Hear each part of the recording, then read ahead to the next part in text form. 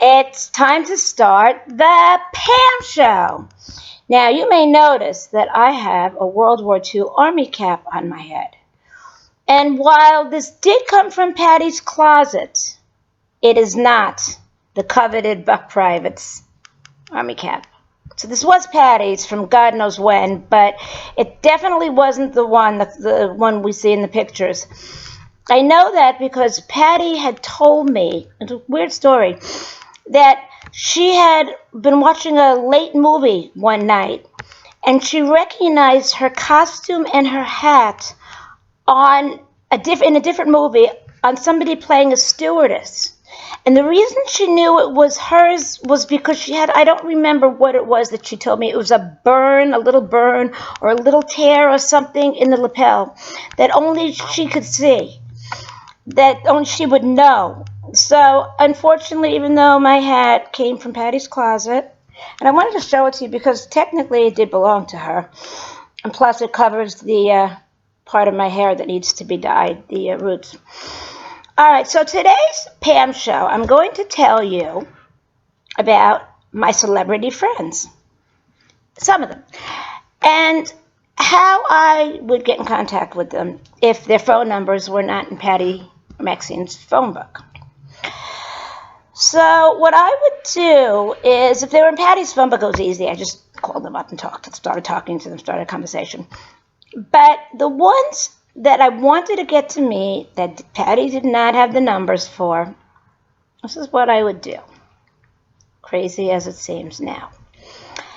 I would call up a high-end department store. Now, don't forget, this is late 70s, early 80s, so technology was not what it is today.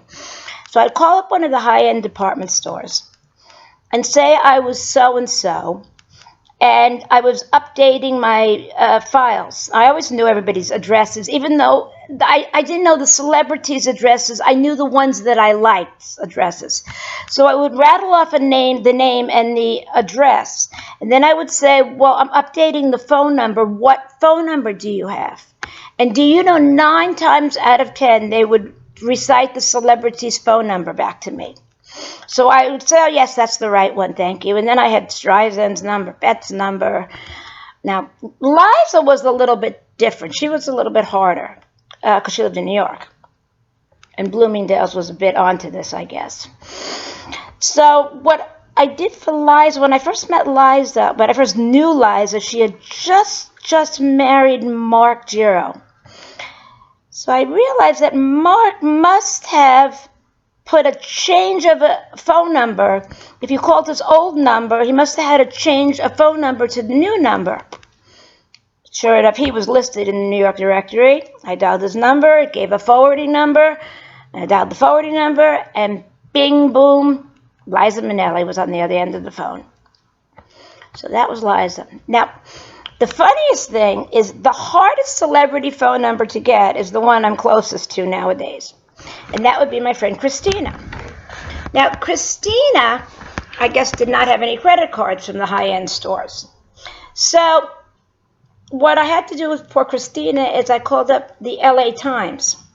And I said I was Christina. Or I didn't say I was Christina. I said I was the resident of, and I gave her address in Tarzana. And I was updating my files, and I wanted to know what number they had for me. And they gave me the number for the address. And I called it. I asked for Christina. Some man answered, and he gave me another number. And then I called, and Christina answered. But anyway, it turned out that Christina wasn't getting the LA Times. It was the tenant living in the guest house in the back of her house. Poor guy. He, after he left Christina's, he lived in his car, and then they found him dead in his car. But anyway, that was my method. Because you couldn't just go to somebody's house and knock on the door and say, hey, I'm here. I want to meet you. So, of course, I would call first before I bestowed my presence on them. And that's today's Pam Show story. I hope you enjoy it. I'm going to turn this off so I can take this ridiculous hat off my head, and you won't see my roots. And I hope that you have a wonderful, wonderful day today. Bye-bye.